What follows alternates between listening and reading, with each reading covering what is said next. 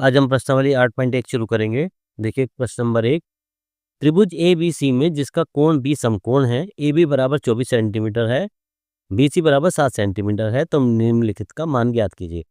First है sign A cos A और second है साइन सी कॉस सी। देखिए एक त्रिभुज दे रखा है जिसका कोण बी हमारा समकोण दे रखा है। समकोण त्रिभुज दे रखा है, यानी कि कोण बी हमारा समकोण है। ये हमारा मान के चलते हैं, ये हमारा समकोण त्रिभुज है जिसमें ए, ये बी और ये सी। देखिए ये बी हमारा समकोण है, यानी कि एक बी कोण हमारा 90 डिग्री का दे रखा है। साथ में कहा गया है ए बी का मान 24, ये दे रखा है 24 और बी सी का मान दे रखा है 7, यानी कि इसका मान हमें अभी पता नहीं है। इसका मान हम निकालेंगे पाइथागोरस प्रमेय से। तो सबसे पहले लिखेंगे समकोण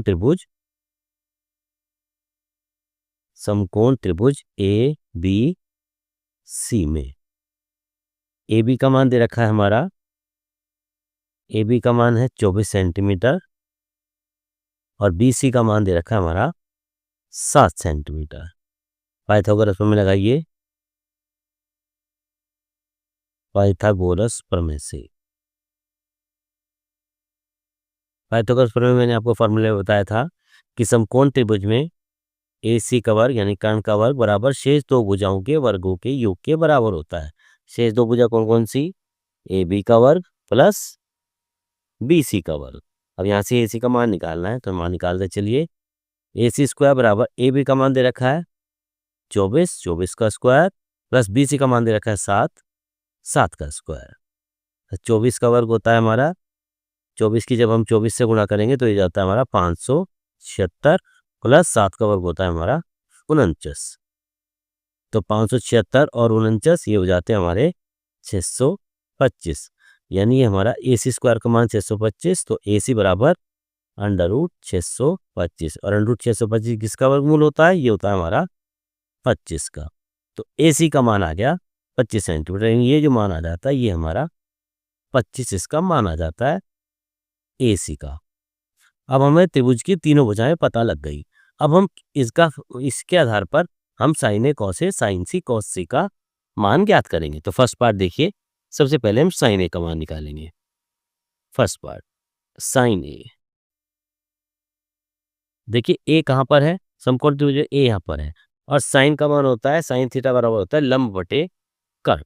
तो इसके आधार पर लंब होता है हमारा बी सी, यानी कि बी सी बटे कर्ण कौन सा होता है? कर्ण है हमारा ए सी। अब देखिए बी सी का मान है हमारा 7 और ए सी का मान है हमारा 25। तो साइन ए का मान हो जाता है 7/25। इस तरह से मान निकालना है कॉस ए का। कॉस ए का मान निकालिए। कॉस ए, कॉस ए बराबर क्या होता है हमारा? कॉस ए का मान होता है हमारा आधार बटे कर्ण। अब देखिए आधार इसका कौन सा है? कॉस ए का आधार इसका माना जाएगा ए बी। ए बी बटा कर्ण है हमारा ए सी।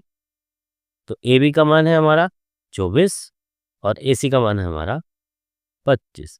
इस तरह से हमारा साइन ए और कॉस ए के मान प्राप्त हो जाते हैं। सेकंड पार्ट देखते हैं।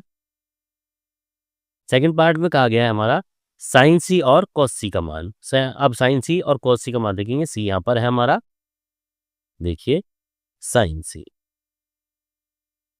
साइन सी का मान क्या होगा? साइन का मतलब होता है लंब बटे कर्ण। अब देखिए यहाँ पर अगर हम साइन का मान माने तो इसका लंब कौन सा बैठेगा? लंब बैठेगा यार ए बी। कर्ण हमारा ए सी ही है, तो साइन सी हो जाएगा हमारा इस बार ए बी बटा ए सी।